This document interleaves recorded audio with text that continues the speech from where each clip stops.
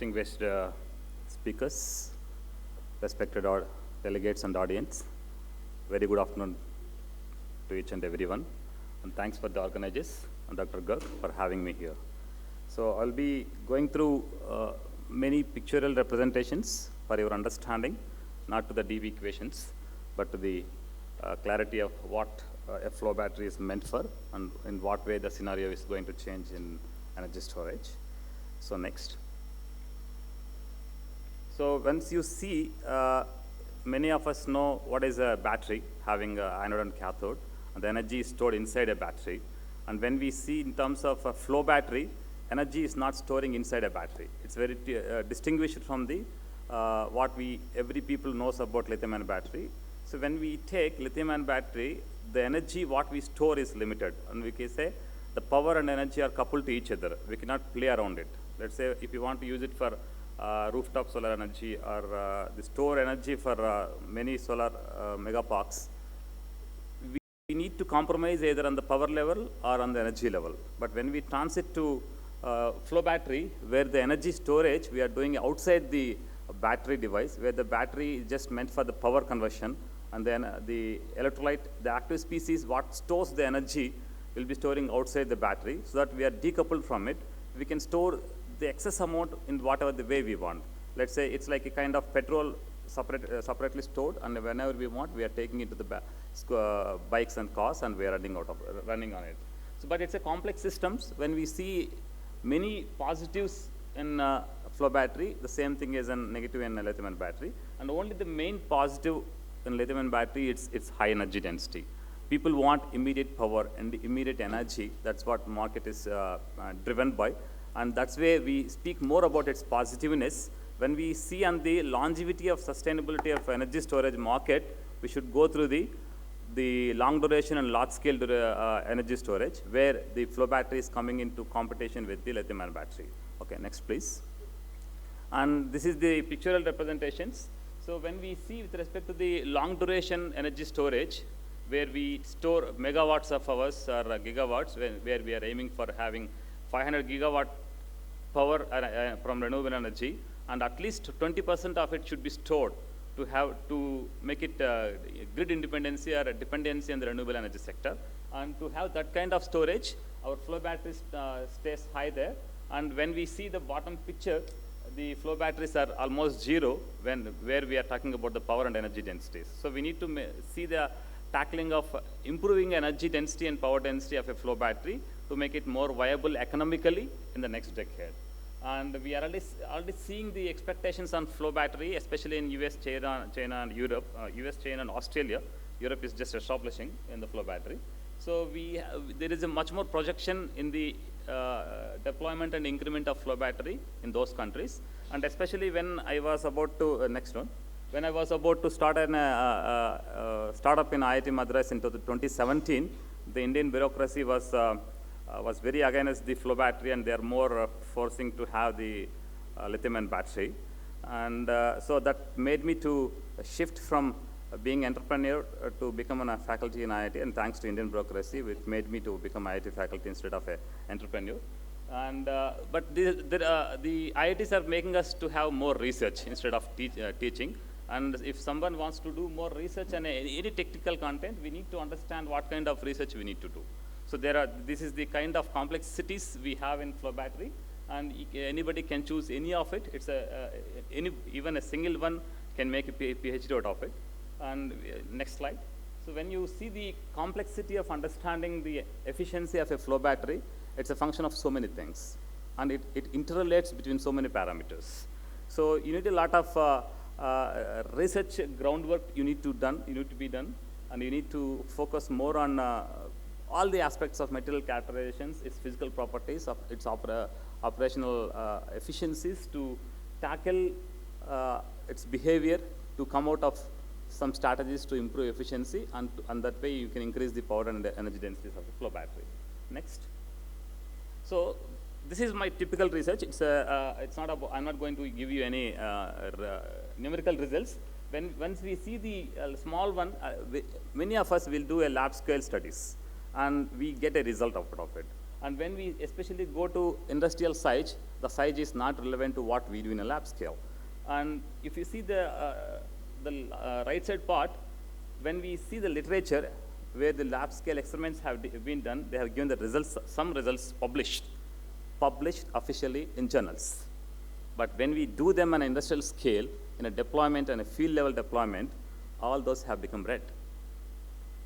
So that's where IITs are putting a lot of effort to see the realities of how the sustainability to bring in the energy storage when we really do the research at product-oriented direction instead of doing an elaborate bench scale experiments. So we need, this is my own experiments, which again published and patented in so many countries also. So we need to see the real demonstration of energy batteries, and as people are saying, our Anil Rajdan mentioned today morning that no single technology be a supreme in every aspect. So, and as many people are suggesting, lithium-ion battery is a forerunner to in the EV sector. But when we say for stationary energy storage, we need to look upon alternatives like flow batteries, and there is an additional battery which is competing with the lithium-ion battery, which is nothing but sodium-ion battery. So either lithium-ion, flow battery, or sodium-ion battery, all these three are going to play more dominance in the market for the next 2 decades. Okay, next. And we need to understand, just to have a pictorial representation, when we do a lot of experimentation on the parametric observation and findings in any battery or any research, you need to utilize your computational exploration. Unless you go through computational route, you don't be saving the economy and you don't be having the much more visualization is what happening in the where you are not able to see what is happening inside the battery. So you need to see the computational exploration, how the electrolyte is moving through the anode and cathode to capture its physics and to see, redesign the system to have to improve its performance, its kinetics or whatever it is, to have the much more efficiency out of it. Next. And that way, through experiments and computational explorations, anybody can get an innovative, or what we say every time, mind is different, and when necessity is there, necessity is the mother of invention. So when we see about the necessity will come, what is the meaning and what is the difficulties happening in the battery when we are seeing the charging and discharging. When we understand much more about them, our mind will automatically get trained. That's what my observation, and in that way I got the patents granted in India, Singapore and USA. These are the patents granted recently for the microchannels to distribute the electrolytes in anode and cathode. It may be in flow battery or electrolyzers or fuel cells, whatever it is. It's in many of the power conversion or power storage devices. We can use these designs of microchannels to distribute the electrolyte. Next. And these are the lab scale pictures where we have developed from cells to stacks at IIT Madras, and we are redoing the similar work at IIT BHU Varanasi. Next, please. So this is the technicality. Let's say when we depend on a battery storage for solar, at the daytime you have a huge power for a short duration of about 6 hours. But you need to discharge the battery for long hours at a low power level, which are not relevant to a lithium-ion battery, technically. So in order to capture the advantage at the daytime to operate the battery at high power for a short duration, and at the night time for about 18 hours to operate the battery at low power for a long duration, you need to have a decoupled system for power and energy, which will be applicable by a flow battery. So we are able to capture all the random profiles of a solar PV over a week and able to deliver the discharge duties without any failure. And if there is any failure in the kind of voltage failures, there are very less and very minor, and these are real experimental values. It depends on how you handle the experiments. But the flow battery is going to give us complete independence in having your designing the system for any kind of power level or for any kind of whatever the extent of duration you want to store the energy independently out of the power. That's the beauty of a flow battery compared to lithium-ion battery. Next.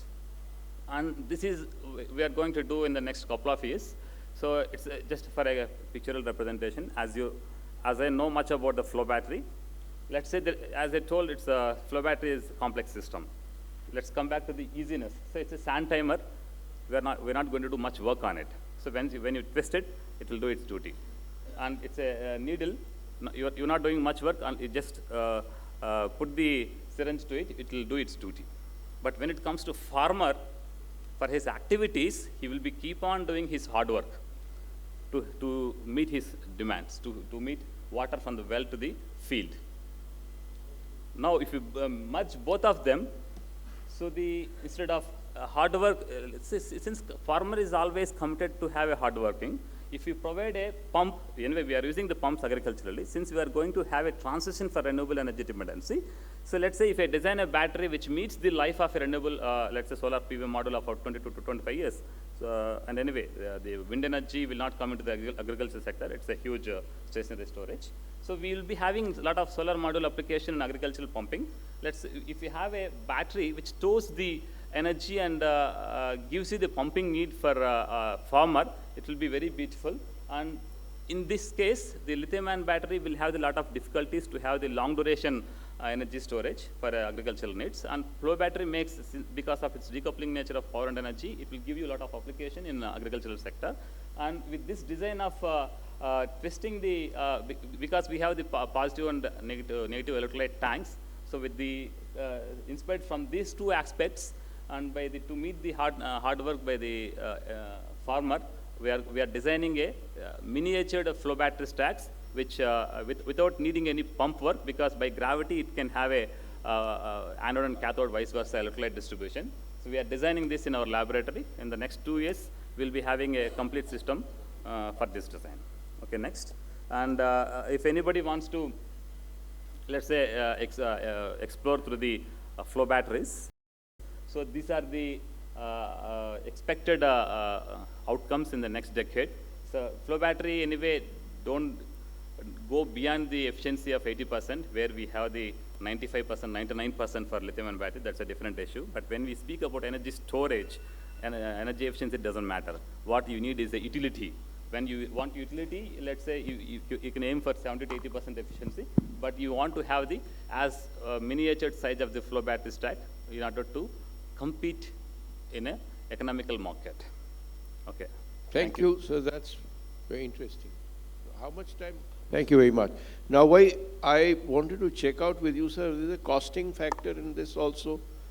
Yeah, typically, as of now, lithium-ion battery costs around $150 to $200 per unit, and flow battery stays around $350 plus.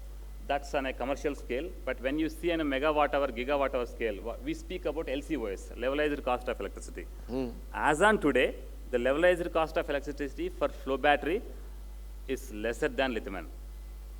See, that economics will be very important, particularly for... Especially for bulk energy storage systems. Even these days, flow battery is in the front line, not in a EV market. So you see, when we are talking of the huge demands that will come in the future for AI systems and various knowledge banks, let me put it that way,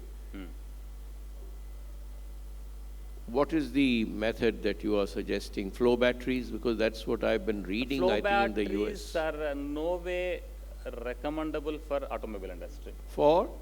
No way recommendable for automobile industry, because whatever the research you do, you cannot miniature it. So especially for solar parks, megawatt parks, when we are aiming for 500 gigawatt hours of renewable energy, at least 20% of them we should store it. In that case, flow batteries will be the forerunner. Definitely. Thank you very much. Any quick questions from the panel? Anybody? Thank you very much.